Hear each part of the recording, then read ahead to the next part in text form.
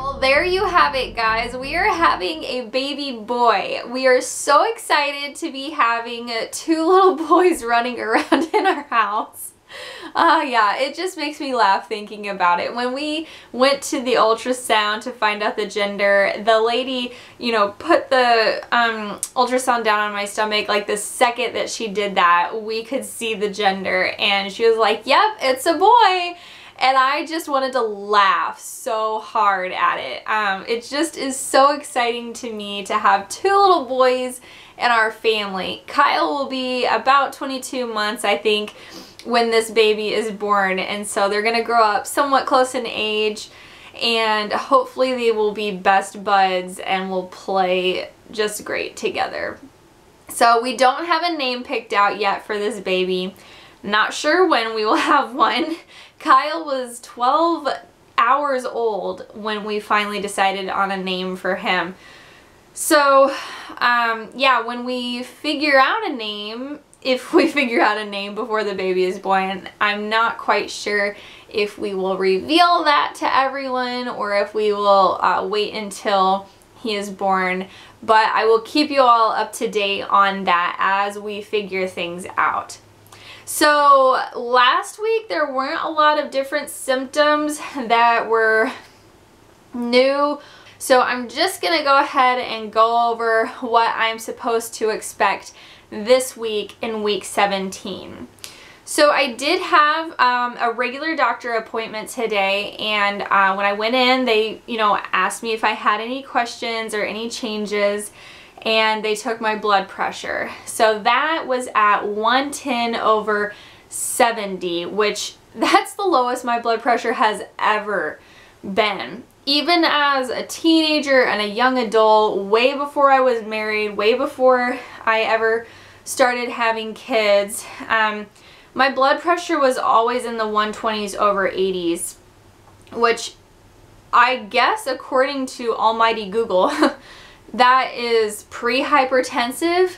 But anytime like I've had a doctor take my blood pressure and it's shown up like that, nobody has ever said, "Oh, you know, we should keep an eye on that," or, you know, "We don't want you to have to, you know, take medicine for this later on." So I didn't really know that like the 120s/80s was considered pre-hypertensive until I was pregnant with Kyle and had preeclampsia, and I was researching like blood pressures that were concerning. I didn't know that that was like that until then. So I guess my doctors, you know, that I've seen over the years have never considered that something to be concerned about. But because I had preeclampsia with Kyle, as you all know, this doctor that I'm seeing, which is a brand new doctor at a brand new hospital, is having me take a baby aspirin every day, and it has lowered my blood pressure. I can't remember off the top of my head what it was the last time I reported that to you guys. I think it was 130/70 something, and so this time it was 110/70. That is the lowest it's been. So I guess the aspirin's doing its job. Basically, we just want to make sure that my blood pressure doesn't get too high. Anyway, that's basically what happened at my appointment today. Nothing else. Told him that I had been having some headaches here and there, but they would go away, you know, over time, or if I drink caffeine, different things like that. So those are normal pregnancy headaches, which I hope will go away eventually, because I don't really enjoy having headaches, even with as minor as they have been. I think Erin Williams, she's pregnant right now with her third baby. She has said a couple of times that she's had some very terrible headaches with this pregnancy. I think she said that they've even been considered as migraines. At least a couple of them have been. So hopefully it doesn't get that bad. If it does, then it may be something that I would be concerned about. But so far the headaches that I have been having are easily taken away with just a little bit of medicine or time or some caffeine.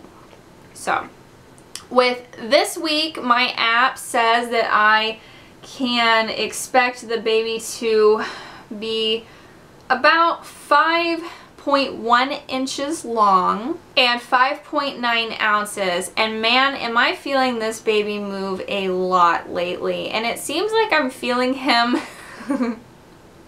I just think it's so great that we're having a boy. I think I've been feeling him at specific times of day. Of course, at this point, since he's still so small and really low, I don't feel him so much when I'm up and moving around.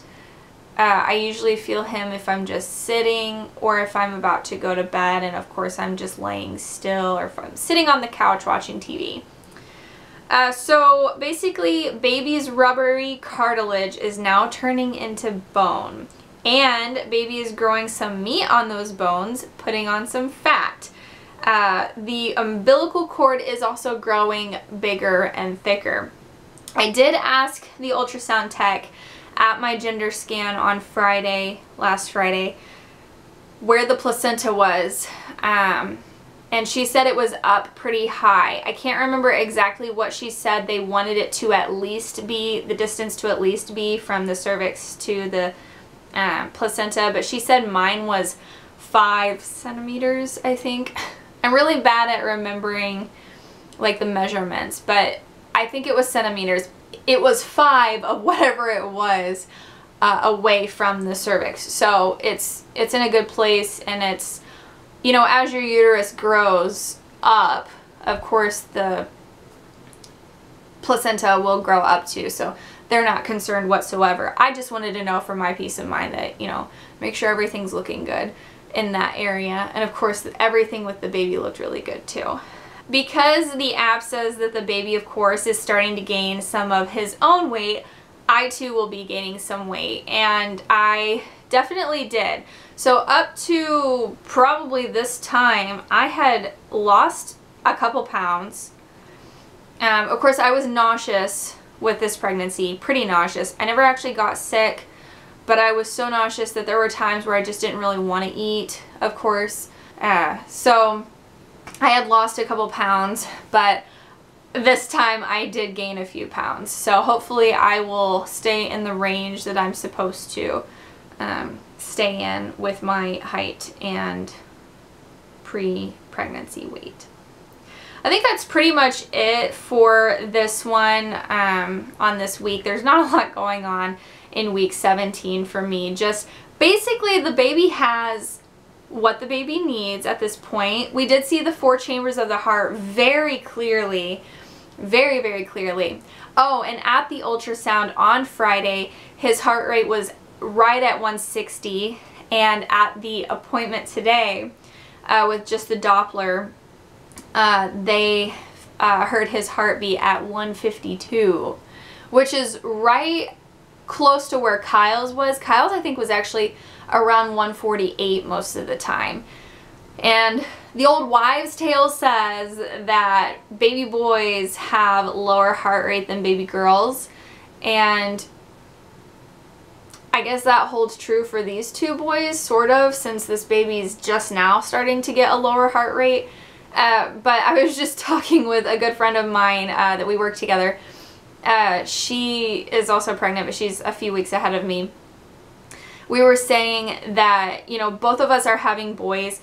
Both of us have had acne throughout this pregnancy. Both of us have had nausea. She unfortunately had severe nausea over her pregnancy, and I think things have gotten better for her so far. But all the things that they say come with being pregnant with a girl, like they say girls steal your beauty, we have had. And so those are just things that don't, you know, I thought I was having a girl because I was having all of these symptoms that were completely different from when I was pregnant with Kyle.